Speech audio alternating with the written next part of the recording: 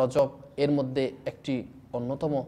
আর এই রজবের সাথে সম্পৃক্ত রয়েছে এমন এক মহান ওয়ালিয়ে কামিল, ওই এমন এক বুজুর্গ রহমতুল্লাহ আলাই, যার শুভ দৃষ্টি, যার ফৈজা বরকাত আল্লাহ তবারক ওয়া তাআলার ইবাদত, ইশকে রসুল এবং দ্বীন ইসলামের দাওয়াত, জিনার ইবাদত, পরেজগারিতা এমনভাবে পুরা ওয়ার্ল্ডের মধ্যে, পুরা বিশ্বের মধ্যে এমনভাবে কাজ করেছেন, যেটা আলহামদুলিল্লাহ পুরো ভারত উপমহাদেশের মধ্যে শুধু একজন নয়, দুজন নয়, শত নয়, হাজারও নয়, যার শুভ দৃষ্টিতে ফয়জে বরকতে লাখো অমুসলিম ইসলাম ধর্ম গ্রহণ করেছে। আর তিনি কে? আমাদের সবারই সুপরিচিত খাজায়ে খাজাগান, রাজায়ে হিন্দুস্তান, খাজা মাইনুদ্দিন চিস্তি সঞ্জারি রহমতুল্লাহ আলাই। আর খাজা গরিব নওয়াজ রহমতুল্লাহ আলাইয়ের পবিত্র উরস মুবারক এই রজব মাসের মধ্যে সংগঠিত হয়েছিল।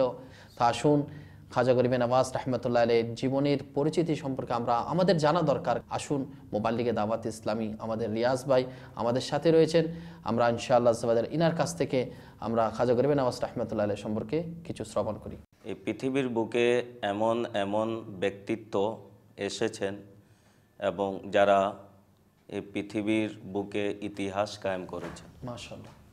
এবং আল্লাহ তাবারক ওয়া তাআলার বিশেষ বান্দা যারা, তারা এমন এমন কাজ করে গিয়েছেন যাদের আলোচনা না করলে ইতিহাস পূরণ হয় না।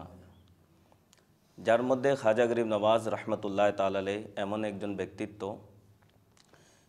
ওনার পরিচিতি নেওয়ার পূর্বে আগে দেখতে হবে তিনি কে। তো খাজা গরিব নওয়াজ রহমতুল্লাহ তাআলা আলাইহির নাম হচ্ছে হাসান।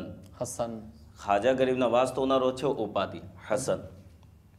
খাজা গরিব নওয়াজ রহমতুল্লাহ তাআলা আলাইহি তিনি হাসানি এবং হুসাইনি সৈয়দ রয়েছেন, মাশাআল্লাহ, যাকে নাজিবুত তারফাইন বলা হয়। দুই দিক দিয়ে যারা সৈয়দ তাকে নাজিবুত তারফাইন বলা হয়।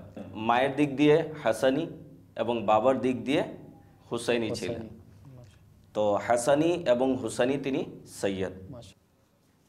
মানুষ পৃথিবীতে এসেছে, কিয়ামত পর্যন্ত আসবে, বিদায় নিবে, কিন্তু যাদের প্রতি আল্লাহ তাবারক ওয়া তাআলার বিশেষ অনুগ্রহ, এই সমস্ত লোক যারা পৃথিবীতে এসেছেন তারা আসলেই আল্লাহ তাবারক ওয়া তাআলার দ্বীনের অনেক খেদমত করেছেন। মাশাআল্লাহ।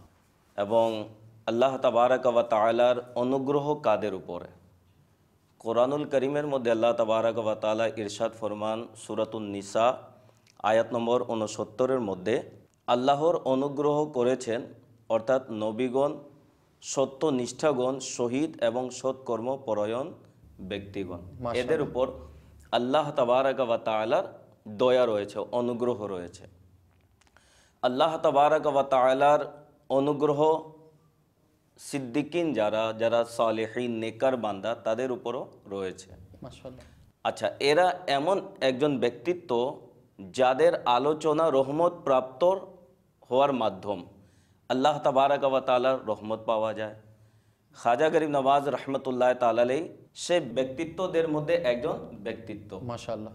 অনেকে আছে খাজা গরিব নওয়াজ রহমতুল্লাহ তাআলা আলাইহি এর ব্যাপারে সঠিক জ্ঞান রাখে না, যার যার অবস্থানে তার জীবনী বয়ান করে। দেখা যায় যে জিনিসটি খাজা গরিব নওয়াজ রহমতুল্লাহ তাআলা আলাইহির জীবনীতে পাওয়া যায় না, ওই সমস্ত জিনিস মানুষরা করে থাকে। আমরা জানতে পারলাম খাজা গরিব নওয়াজ রহমতুল্লাহ আলাই ইনি হাসানি এবং হুসাইনি ছিলেন, অর্থাৎ আওলাদে রসুল ছিলেন।